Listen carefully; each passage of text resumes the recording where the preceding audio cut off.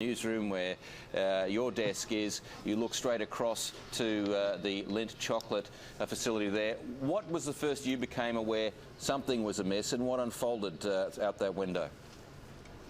Well, Nick, just a whole lot of police. It was the police action more than anything else, and not only just a journalist's instincts, but quite frankly, anybody standing in Martin Place at that time would have been able to garner that something obviously very wrong was unfolding. It happened extremely quickly. It was just after 9:30 a.m. Sydney time. Now, we did hear, obviously, it had widespread publicity a couple of months ago about those raids in September, those counter-terrorism raids in which some 14 or 15 people were netted. There was only one significant charge as a result from that. Coincidentally, this morning, there was another person that was arrested and charged with financing terrorism in the wake of those raids. Now, whether that is just a mere coincidence that had happened and this is potentially what we're looking at here, a lone wolf response that had no specific degree of planning, or whether this has been planned for some time, we don't know. But obviously there are ways and means that the police go about what they're doing here. We have to be fairly circumspect in the way we report those, and even in the way that we report information that comes to hand to us. A very,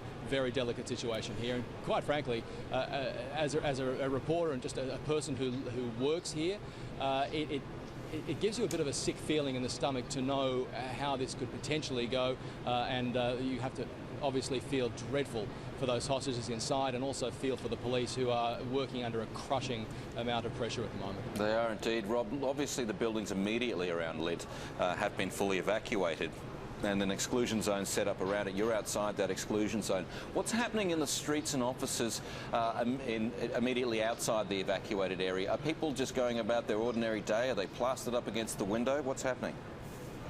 Well, around here you just get people milling around. There are people who genuinely seem extremely concerned with their hands over their mouths. Other people who are just sitting down for a coffee very, very casually, waiting to see how this might unfold. But right now, specifically where we are and the people milling across the other side of Elizabeth Street, we don't have a direct line of sight to the front door of Lindt.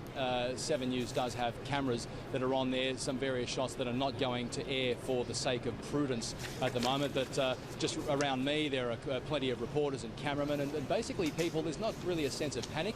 I think people are just waiting this out at the moment. And police have, as you said, evacuated those buildings and around, not merely for safety, but also police in these sorts of situations need to exert as much control as they possibly can. That is control over the environment, control over any possible surprise they can have, and obviously with guns involved and high pressure stakes, they don't need anybody in the wrong place at the wrong time. Exactly right. Robert Obadia, thanks so much for your time just now. Hopefully we'll touch base with you again later today. Greg, this siege has been going on for, well, the best part of 3/4 of it, 1 3/4 hours now. I believe that we're hearing that we're seeing some vision inside 7 now. If you take a look on your screens there, looking out the window, we've got obviously police moving into Channel 7. They'll be in every building around there. I think everyone would expect that. You think this could go much longer?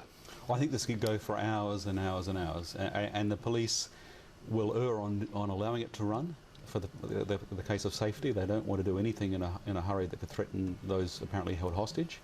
And as I said, ironically, the attackers would probably like this to go as long as possible as well. So both those things conspire for this to be probably quite a drawn-out affair. And we don't yet know at this stage if it is one attacker or 2 attackers. Certainly we have seen one. He was wearing a headband with Islamic writing on it. We are now led to believe that he is currently using one of the staff members from Lindt as a human shield. That would be fairly standard behaviour, I think, terrifying though it is. Yeah, I mean, we've seen earlier images of what appear to be police snipers. They're not going to do anything unless they absolutely have to, and have a very clear line of shot. They won't have a clear line of shot with those hostages there, hey, so they won't do you guys do notice anything. But that's the part Sky of the reason for using News human shields. We've been waiting for studio right there. The best part of an hour and 3/4 great place to be having as this siege unfold to hear from Canberra. I understand we may have a statement from someone in the government. We're going to go to Maria Jovanovic, who's in our Canberra studios. Maria. Nick, the Prime Minister's just put out a statement just moments ago. In it he says New South Wales Police and the Australian Federal Police are currently responding to a reported hostage-taking incident in Martin Place in Sydney, as we've been reporting all morning.